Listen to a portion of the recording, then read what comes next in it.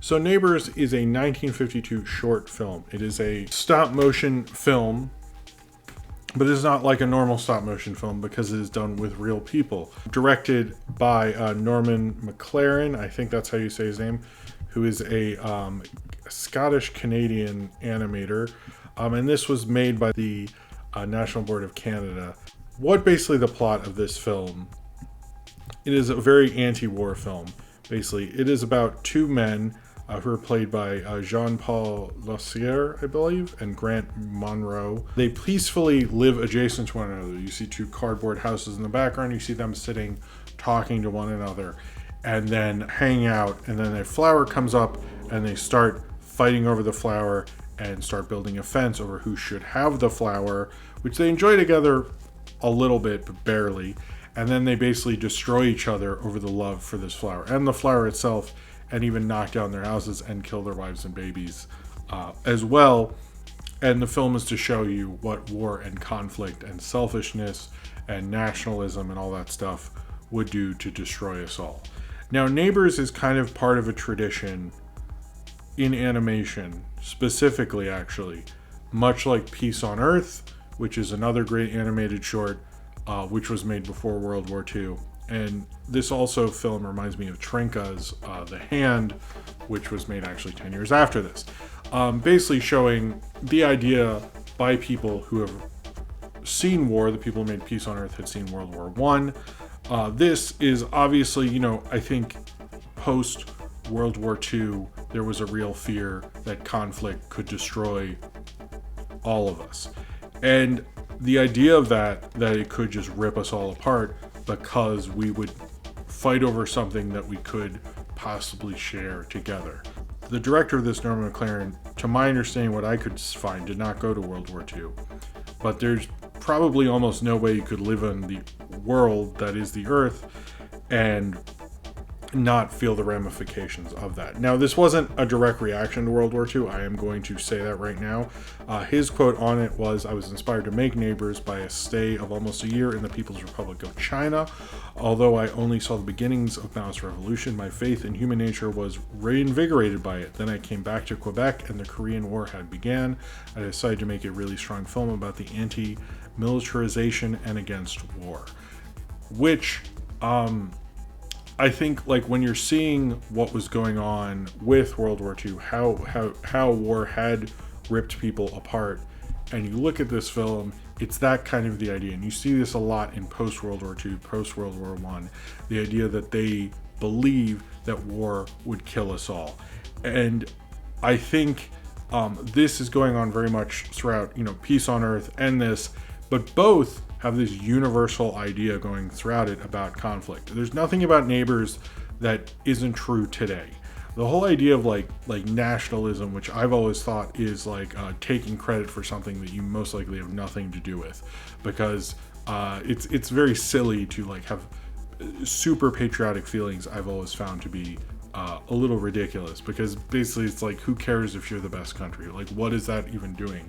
It's actually very toxic and poisonous to pump up your chest and show how much better you are than someone else, just for the purpose of having like the most things, or having that flower, having that wonderful thing, and the evil that you can do within that. Now, it goes to a logical extreme, but that's sort of the point. Also, the moral of the film is actually spelled out literally at the end, because the term "love your neighbor" is shown in various different cards in various different languages. I'm not sure how many different languages, but they are Japanese, Chinese, Hindi, Urdu, Arabic, Hebrew, Russian, Esperanto, actually, which is crazy, Norwegian. You should look up Esperanto, it's funny. Spanish, German, Italian, and French, as well as English. But I thought that's kind of a neat touch, acknowledging all these other cultures by saying, love your neighbor. This film looks like 80s to me, because not only is the animation like what you'd see in like a Devo music video or music video from MTV era, but it has this weird synth kind of thing, which I almost find kind of off-putting, because I've seen this film a bunch of times, and I'll get to that in a second. But he basically scratched the film to make that sound. He used various like blops and lines and things with the projector to read as sound. So it's not a synthesizer, but it sounds very 80s in a lot of ways. How he created that sound is kind of crazy. I actually didn't know that before looking this up, and I went like, oh, this is cool, actually. This is really cool how he did that. But I used to project this a lot. I used to project out of school and in an animation history class, and they play this like every year. So I've seen this a lot of times. I actually saw it at an airport in Montreal because they had like one of the things where you could scan it and watch the film in the airport. I might still have footage of that from Montreal, my first trip to Montreal. If I do, I'll put it in this video. I might not. Some of it might be in my first Montreal trip video. Again, I do not remember. I remember I shot it, but we'll see. I have always really liked this film. I always thought it was really interesting.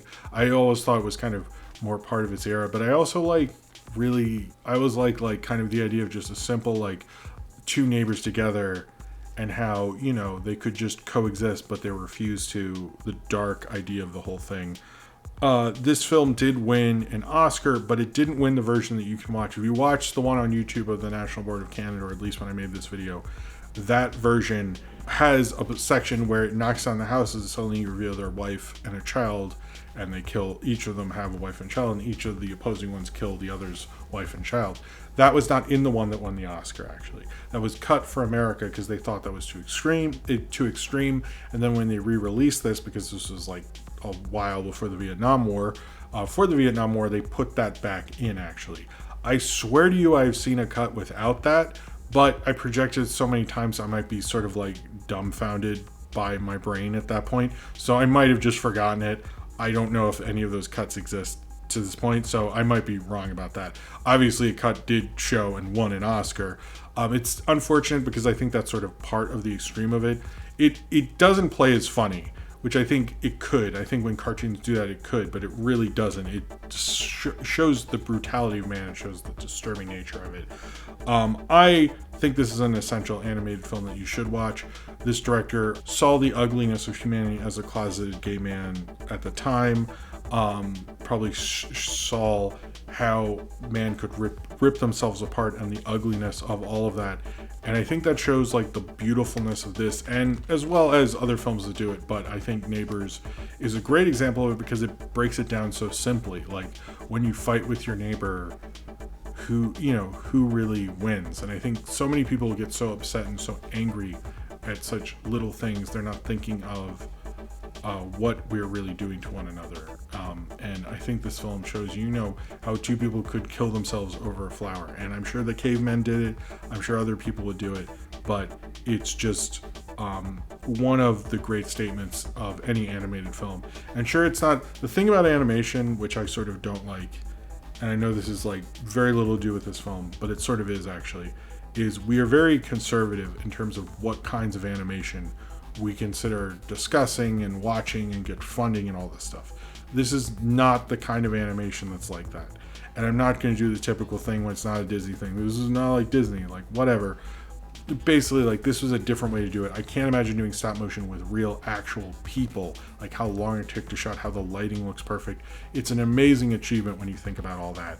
And I think what's powerful about it is not only how it was made and the techniques behind it and the uniqueness to the animation, but as well as the real message it has within it, which says a really dark, true thing about humanity, which sadly is probably even more true today than it was at the time that it was released.